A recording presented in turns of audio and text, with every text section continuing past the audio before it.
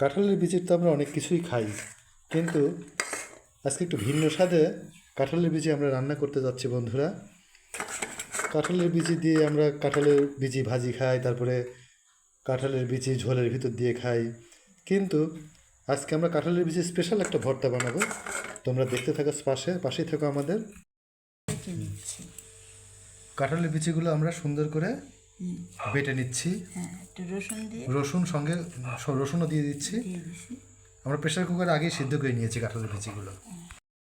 কালো জিরা দিলাম তেলের ভিতর, তারপরে আমরা কিছুটা পেঁয়াজ দিয়ে দিলাম, তাই না?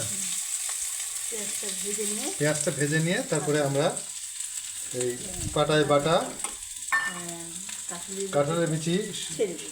কাঁঠালের বিচিটা আসলে ছেড়ে দিয়ে নাড়াচাড়া করবে।